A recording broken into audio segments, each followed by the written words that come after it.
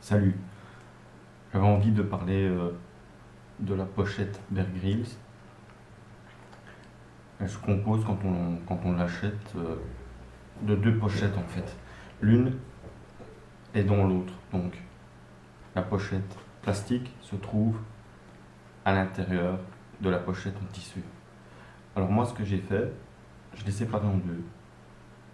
Parce que j'avais besoin d'une pochette un peu plus sûre pour mettre tous les petits médicaments et autres objets médicaux que je pourrais avoir besoin dans mon EDC. Et les deux pochettes se trouvent dans mon EDC. Donc l'EDC, j'en ai déjà parlé dans une autre vidéo, je ne vais pas recommencer à montrer tout ce qu'il y a dedans. Je voulais simplement préciser, expliquer un peu comment j'avais séparé les deux parties.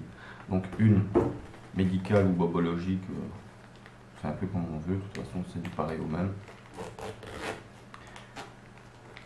Dans celle-ci, j'avais déjà montré ce qu'il y avait, mais je n'avais pas, j'avais déjà tout retiré en fait. Ici, je vais retirer au fur et à mesure, un petit peu expliquer pourquoi j'ai mis ça dedans. Donc ici, c'est une compresse qui fait office de bandage. Ça peut servir pour plein de choses. J'avais déjà expliqué aussi que j'avais mis des sparadraps spécifiques pour les ampoules qu'on peut avoir au pied, les autres petits sparadraps, etc. C'est aussi le point de suture. Les médicaments, ça j'ai toujours mis les mêmes médicaments, j'ai simplement ajouté encore des médicaments un peu plus forts pour les dents. L'isobétadine en ampoule, j'en ai mis 2. Les autres médicaments pour les maux d'estomac, des lingettes stérilisantes pour les mains.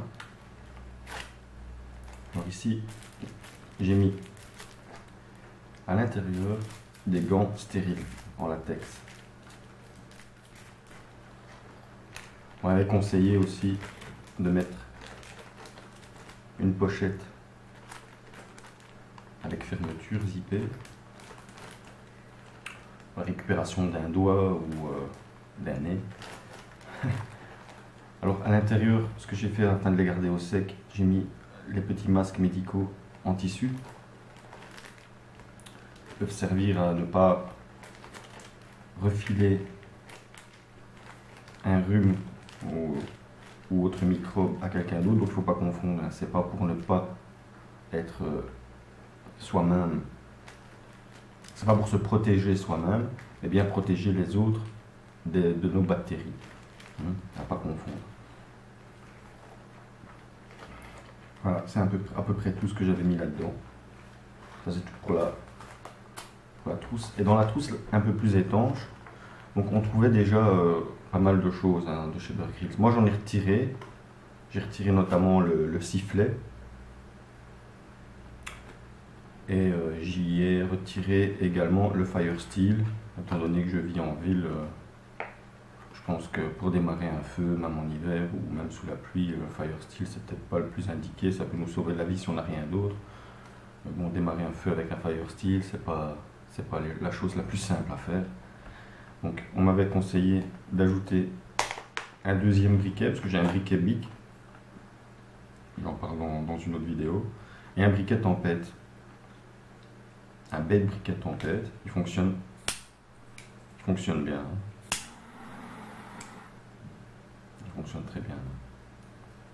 Donc ça, à mon avis, c'est déjà beaucoup plus indiqué pour démarrer un feu rapidement qu'un Fire Steel.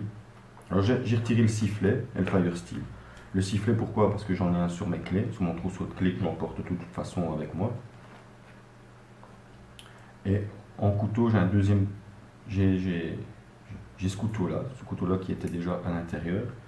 Mais je le laisse à l'intérieur, je veux dire en backup, parce que de toute façon, j'ai une pince multifonction dans le DC. Et je vois pas l'utilité de se trimballer non plus avec une machette en ville.